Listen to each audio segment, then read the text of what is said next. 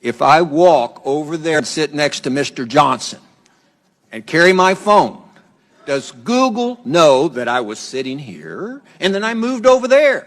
You're welcome anytime, Judge. Yes or no? I genuinely don't know without knowing I'm what shocked services. you don't know. Do you or do you not collect identifiers like name, age, and address? Yes or no? If you're creating an account, yes, and using an account, yes. Yes. Device identifiers like IP address or IMEI? Depending on the situation, we could be collecting it, yes. Specific search histories when person types something into a search bar? If you have search history turned on, yes. Contents of emails and Google Documents? We store the data, but we don't read or look at your Gmail. But you have access to them? As a company, we have access to them, yes. So you could?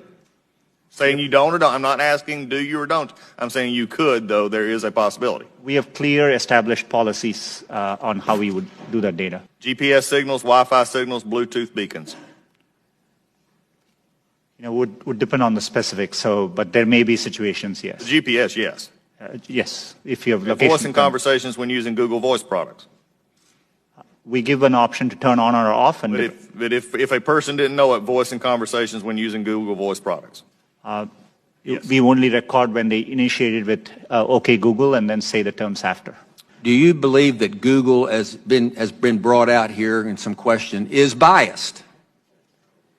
Congressman, it's really important to me that we approach our work in an unbiased. Do you believe that Google is biased? It's either yes or no. No, not in our approach. Why, number one, does Google need all this information? We can answer that in the fact that 86% of your revenue comes from advertising, so we know you manipulate the data in some ways. However, can you explain what you do to minimize this data, which is generally an accepted standard practice among those who collect data? You know, our goal is, but we are providing, for example, if we are providing you a service like Gmail, which we have done for 15 years, that data, we need to store it for our users, so they expect us to. So we are trying hard to match users' expectations. We don't need, our data for advertising, as I said earlier, most of it comes from just the keywords you type. And so, we need minimal data to do advertising. We give you options to turn ads personalization off. We store most of the data we do today to help give users the experience they want, and that's what we're trying to do. How do you explain this apparent bias on Google's part against conservative points of view, against conservative policies? Is it just the algorithm, or is there more happening there? Congressman, I understand the frustration at seeing negative news, and I see it on me, on Google. There are times you can search on Google, and page after page there's negative news which we reflect. But what is important here is we use a robust methodology to reflect what is being said about any given topic at any particular time.